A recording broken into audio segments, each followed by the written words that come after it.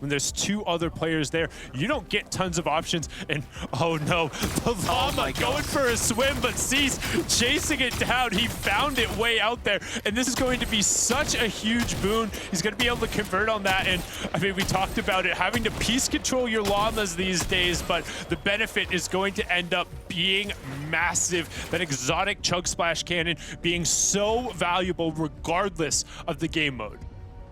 As we're now going to swing up board and look at the utility in Canada's outfit right here, ending up with the two big pots, Slurpfish and a mini. If he can find one more stack of minis, he's sitting pretty. He's got a launch pad too, Monster.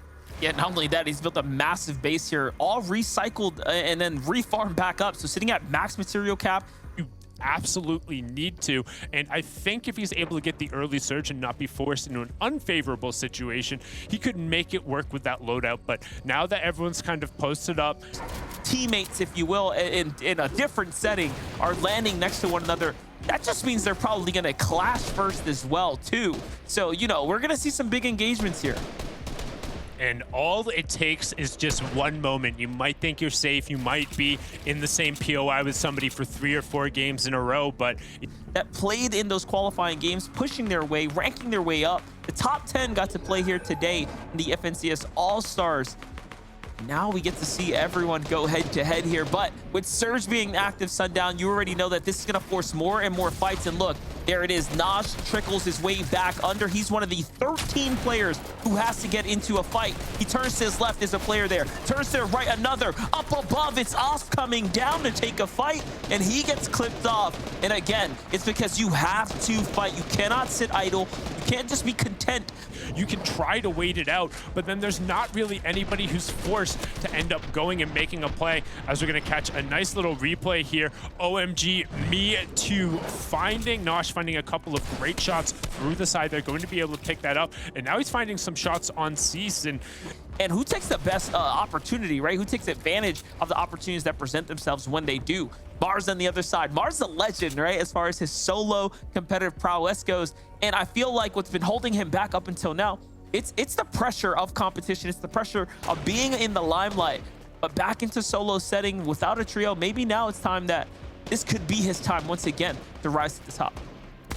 I mean, it's his preferred game mode. It's something that where he knows he's able to play it. He's able to grind it out. He has so much experience. And the one thing where I have just complete respect for Mars is he plays to win every single arena game.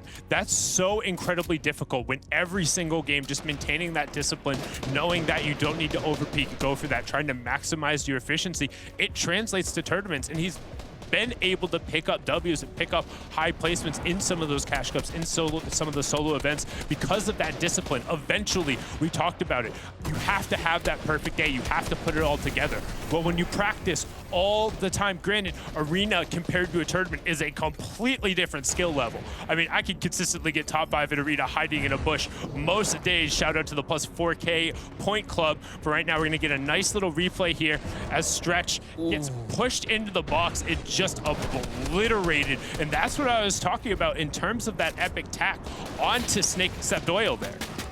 Yeah, and unfortunate for Snake here. He was hoping to get a refresher, and he gets nothing because Stretch had nothing to work with.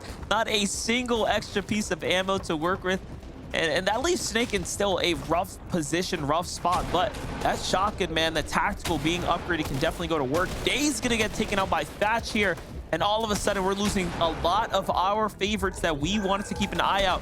Mars on the other side finds Dom, though. So Mars, again, in his preferred game mode, still cooking here, looking very, very good. See Saf here in the distance. Ascension needs to make a big decision here. The zone's going to pull far. He's got a launch pad to work with.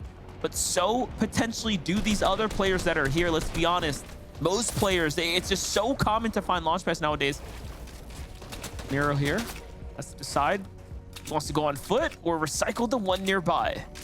Oh, you can see it's burning. Rip. It's already on fire. No matter how much he wants to go over there, he's starting to try and scout another thing. But however, he's really close to zone. You can check the bottom right-hand corner. He's towards that northeast side of it. It's just a quick little jaunt there. And realistically, what he wants to do is he wants to wait for the zone to move a little bit, and then try and rotate around the right-hand side. That'll give him priority position on the eastern part of the zone. And if he can get that and cut off some of the other players who end up coming in, that epic tactical shotgun shotgun is going to go to work.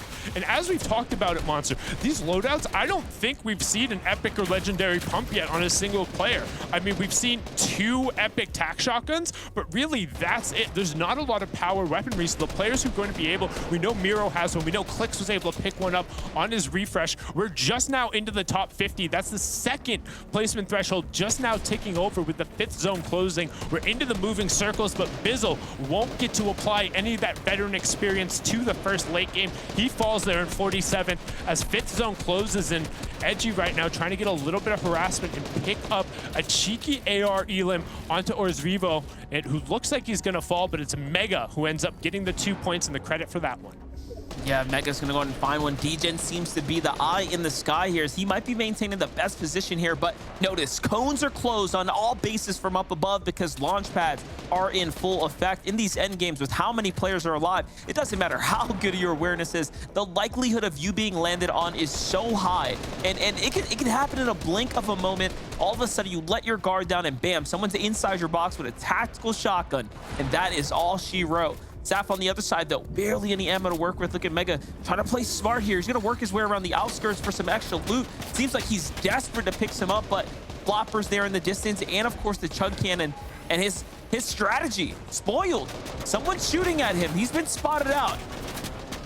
And he's burning through all of his floppers. He needs to change levels, but if he's taking any damage, it still takes some time to pop the flops. He finds the launch pad, one more tick, but he's able to find the zone. 17 HP. If somebody sneezes on him, breathes in his direction, will end up going down, but instead, the discipline to find a deserted layer. Nobody is within 4 grid spaces of him.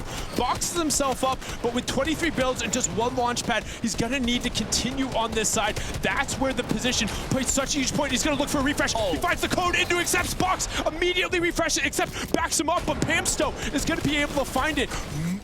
Much needed loot refresh in terms of the mats, but not getting the siphon. Will get 1 mini and a med kit, but he needs the space to use it. Miro up on the high ground. Commandant with the priority position in terms of the mid-tarp. Low ground, Knifer, Frisk, Schmack, a couple layers above it. We'll hop on board with him as somebody drops pretty much directly in front of him, cutting him off. Fatch able to pick up an Elim that turns off Storm Surge, and it's just straight up late game Fortnite.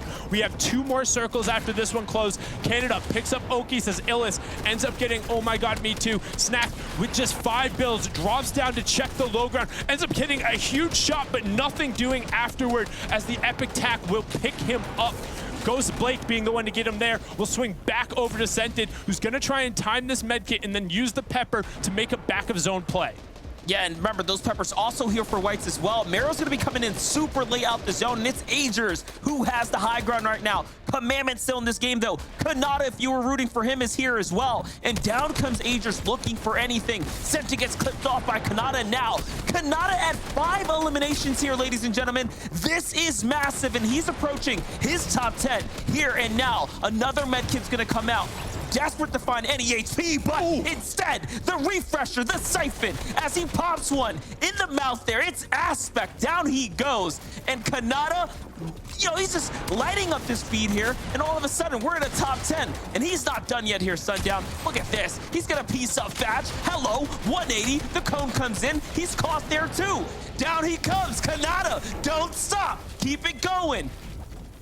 He keeps it going, but he goes straight into the gas can explosion. It could be the only thing to blow up his momentum, but he's gonna box up. Needs to be careful of that spreading fire. It's still on the 15 tick, up on the high ground. Commandment, my prediction, running through. He's on 4 Elims, but just like Canada was at 4 Elims, he's completely out of builds, and he swaps to his pickaxe. He thought that the pump would end up being enough, but Peterbot, with just 12 HP to spare, turns it around and ends up clutching up a top 3 position. He now has the high ground, but with only a singular build. Frisk back in the zone, but so is Jock. Peterbot drops down, he doesn't find the shot, and Jock back to back 2 eliminations, plus the VR to go along with the final 2 there. 4 Elims, 38 points, and look at this. The huge shot onto Frisk lets the zone do the rest. Peterbot dropping down to try and commit to that elimination from the top, then ends up getting immediately ticked over. G2 Jock wins match number 1 here of the FNCS All-Stars in NA East, and with a clutch double to end it. They just does it in clean fashion as well. No build. Didn't have the aim to back up that aim battle there. And as you can see here, Jock with that victory royale there, that final elim, he is going to be in first place on our standings leaderboard at 38 points. Yeah, but you know what? The placement points there are so key, aren't they? You can see Kanada as well was greatest from the ops team there, showing us Kanada there getting 7 eliminations and just driving through